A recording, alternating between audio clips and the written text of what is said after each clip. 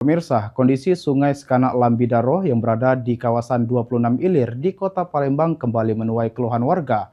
Sungai yang seharusnya menjadi saluran air dan penunjang kawasan wisata itu kini kotor dan kurang terawat sehingga terlihat kumuh.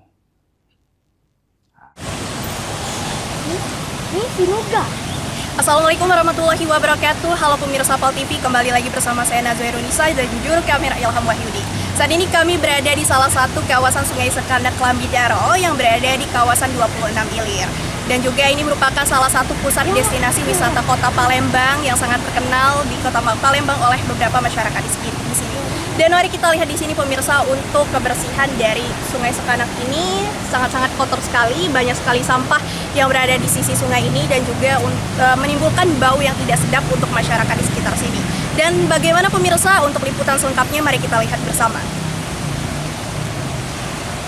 Oke, mungkin kami ingin bertanya sedikit terkait dengan tanggapan kakak mengenai kondisi dari Sungai Sekanak ini beberapa tahun terakhir. Bolehkah dijelaskan? Mungkin baru di tahun inilah baru dibangun lagi bagus kan, sebelumnya kan udah jelek ini. Sampah mungkin baru tahun ini banyak lagi. Sebelumnya kan ada kayak besi panjang atau tali panjang buat penyangga untuk mengambil sampah. Mungkin tahun ini udah nggak ada lagi nih. Mungkin di harapan saya mungkin ada lagi sih pembersihan lebih lagi. Mungkin bisa disempur-sempur lagi pinggir-pinggirnya sih buat warga kami. Baik pemirsa, tadi telah kita lihat sendiri bahwasanya beberapa informasi dan juga tanggapan terkait dengan kondisi kebersihan dari Sungai Sekanak ini beberapa tahun terakhir memang mengalami penurunan terkait dengan kebersihannya.